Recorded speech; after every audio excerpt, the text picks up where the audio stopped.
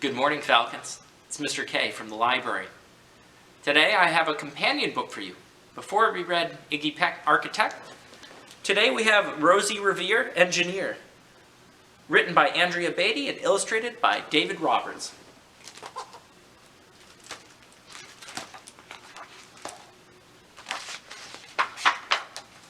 This is the story of Rosie Revere, who dreamed of becoming a great engineer. In Leela Greer's classroom at Blue River Creek, young Rosie sat shyly, not daring to speak. But when no one saw her, she peeked in the trash for treasures to add to her engineer's stash. And late at night, Rosie rolled up her sleeves and built in her hideaway under the eaves.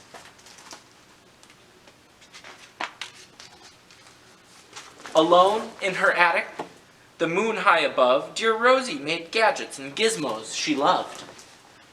And when she grew sleepy, she hid her machines far under the bed where they'd never be seen. When Rosie was young, she had not been so shy. She worked with her hair swooping over one eye and made fine inventions for uncles and aunts, a hot dog dispenser, helium pants. The uncle she loved most was zookeeper Fred. She made him a hat to keep snakes off his head. From parts of a fan and some cheddar cheese spray, which everyone knows keeps pythons away.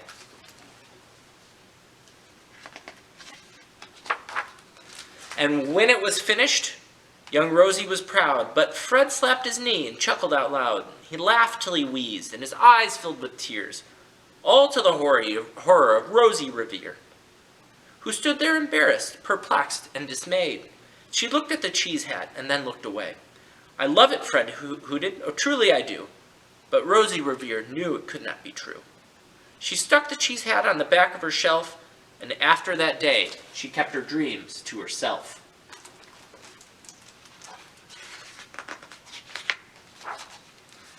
And that's how it went until one autumn day, her oldest relation showed up for a stay. Her great-great-aunt Rose was a true dynamo who worked building airplanes a long time ago. She told Rosie tales of the things she had done and goals she had checked off her list one by one. She gave a sad smile. She looked to the sky. "The only thrill left on my list is to fly. But time never lingers as long as it seems. I'll chalk that one up to an old lady's dreams."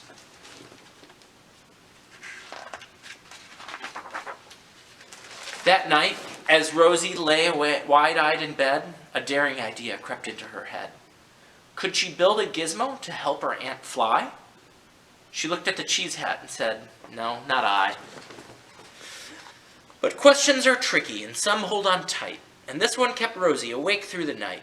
So when dawn approached and red streaks lit the sky, young Rosie knew just how to make her aunt fly.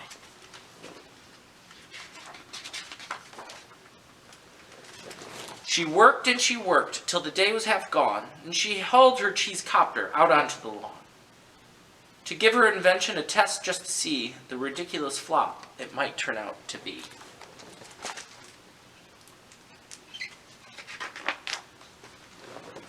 Strapped in the cockpit, she flipped on the switch.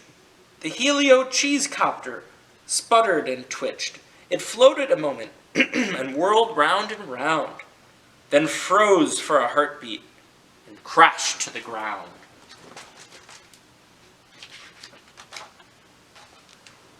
Then Rosie heard laughter and turned round to see the old woman laughing and slapping her knee. She laughed till she wheezed, and her eyes filled with tears, all to the horror of Rosie Revere, who thought, "Oh no, never, not ever again, will I try to build something to sputter or spin, or build with a lever, a switch, or a gear, and never will be a great engineer." She turned round to leave, but then great-great-aunt Rose grabbed hold of young Rosie and pulled her in close, and hugged her and kissed her and started to cry. "You did it! Hooray! It's a perfect first try!" Young Rosie was baffled, embarrassed, perplexed. "I failed," said dear Rosie. "It's just made of trash.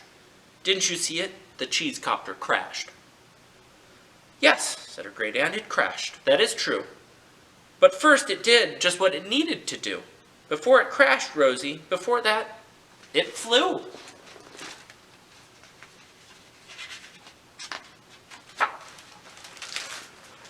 Your brilliant first flop was a raging success. Come on, let's get busy and on to the next. She handed a notebook to Rosie Revere, who smiled as her aunt as it all became clear. Life might have its failures, but this was not it. The only true failure can come if you quit. They worked till the sun sneaked away to its bed. Aunt Rose tied her headscarf around Rosie's head and sent her to sleep with a smile ear to ear to dream the bold dreams of a great engineer. At Blue River Creek, all the kids in grade 2 built gizmos and gadgets and doohickeys too. With each perfect failure, they all stand and cheer, but none quite as proudly as Rosie Revere. I hope you recognize Iggy Peck down here too.